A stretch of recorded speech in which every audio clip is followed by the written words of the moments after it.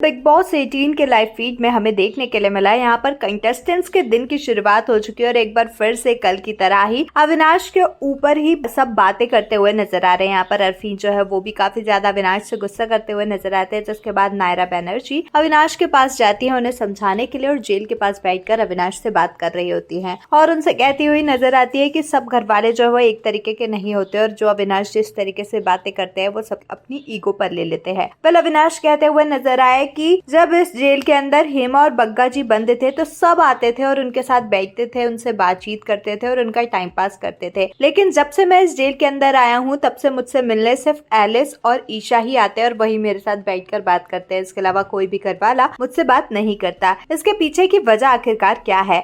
अविनाश यहाँ पर यह भी कहते हुए नजर आए कि मैंने अभी तो इन लोग को बेसिक राशन जो है वो दे दिया है, क्योंकि मैं किसी का खाना नहीं छीन सकता, इसलिए मैं बेसिक राशन तो दूंगा, लेकिन अगर कंटेस्टेंट्स को लग्जरी राशन चाहिए तो उन्हें उसके लिए थोड़ी मेहनत तो करनी होगी। अगर मैं उनको मुफ्त में बस यूं ही लग्जरी राशन भी दे दूं तो मेरा इस शो से पत्ता बहुत ही जल्द कटने वाला है। अविनाश यहाँ पर काफी ज्यादा इमोशनल भी होते हुए नजर आ और साफ तौर पर कह रहे होते हैं कि कोई भी आकर मुझसे सही से बात नहीं करता है और अरफीन और सारा तो मेरे से अलग ही खुन्नस लगा कर बैठे और अगर वो खाना नहीं खा रहे हैं तो ये उनकी गलती है। मेरी तरफ से बेसिक खाना जो है वो भेजा गया है, लेकिन अगर वो नहीं खा रहे तो उसमें मैं कुछ भी नहीं कर सकता। अविनाश ये भी कहते हुए नजर आए कि मैंने अभी ब्रेकफास्ट के लिए तो चीजें दे दी हैं, लेकिन लंच देने से पहले मैं ये क्लियर करूंगा कि हेमा ने मेरे कैरेक्टर के बारे में जो कुछ भी बोला है वो गलत है।